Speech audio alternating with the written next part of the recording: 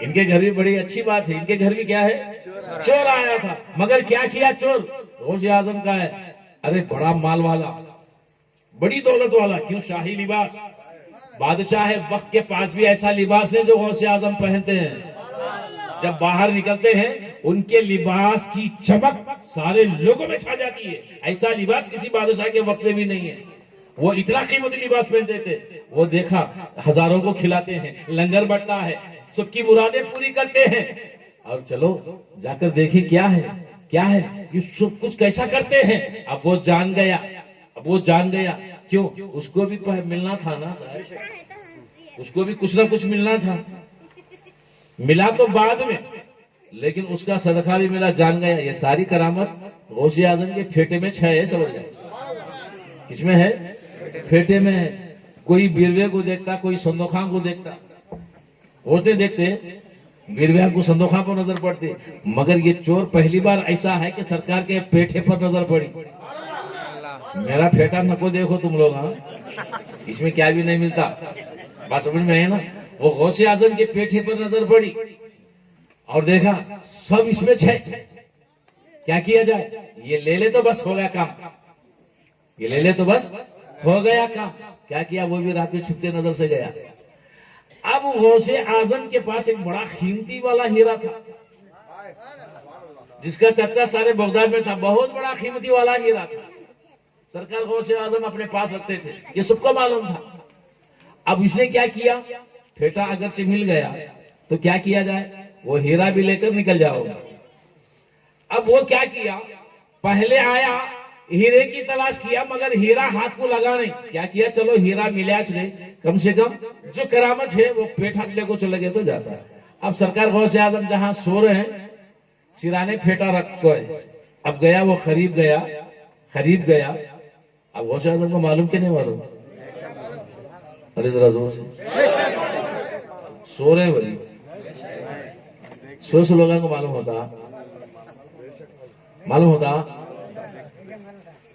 یہ ہماری تمہاری نیند نہیں ہے، اللہ کے محبوب کی نیند ہے، کس کی نیند ہے، محبوب کی نیند ہے، جیسا سامنے دیکھتے ہیں ویسا پیچھے دیکھتے ہیں، جیسا اوپر ویسا نیچے، جب نیچے نظر جاتی ہے تحت الثری تک چلی جاتی ہے، جب اوپر جاتی ہے عرش اعظم تک چلی جاتی ہے، تو عزیزوں غوث اعظم سو رہے ہیں، پھیٹا سرانے گیا، پھیٹے کو ہاتھ لگا کر اٹھایا، جب پیٹھے کو ہاتھ لگانا تھا آنکھیں چلی گئی، آنکھوں میں روشنی چلی گئی، ڈر گیا، ایسا لگتا ہے کیا یہ سمجھ میں چاہے نہیں، پھر کیا کرا، دوبارہ پھر پکڑا، پھر پکڑتے سام کیا کیا، پھر آنکھوں میں روشنی چلی گئی، پھر ڈر کو رکھ ڈالا، کیا کرنا یہ سمجھ میں آتا نہیں، پھر جلدی اٹھا، جلدی بھاگیں گے کیسے، ختمہ ڈالا، پیٹھے کو ہاتھ لگاتا، روشنی جاتی، رکھتا تو پھر آ جاتا، بات سمجھ میں آئی نا، مگر غوث اعظم سو رہے ہیں،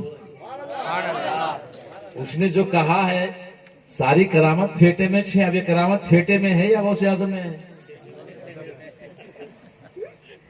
ارے پہچان ہے، امتحان ہے، یہ کرامت کس میں ہے، غوث اعظم میں یا پھیٹے میں ہے کہ نہیں، وہ سو رہے ہیں مگر دیکھ رہے ہیں، مگر یہ بھی تھکنے والوں میں سے نہیں تھا، بار بار اٹھاتا تھا، آنکھ چلی جاتی، ایک قدم جاتا تھا، پیٹھا رکھ دیتا تھا، اٹھاتا تھا، یہاں تک جاتا چوکھٹ تک لے کر گیا، اب بیٹھ گیا، اب میں نہیں جا سکتا، اب میرے سے نہیں ہوتا، ہاتھ لگایا تو ہنگیاں چلی جاتی ہیں، رکھا تو آ جاتے ہیں، کیا کرنا، اب نہیں جا سکتا، مجبور ہو کر بیٹھ گیا وہیں پر، کیا تو بھی ہونے دیے، لے کچھ جانا نہیں تو کیا کہ ہونا، بیٹھ، اتنے میں غوث اعظم جاگ گئے،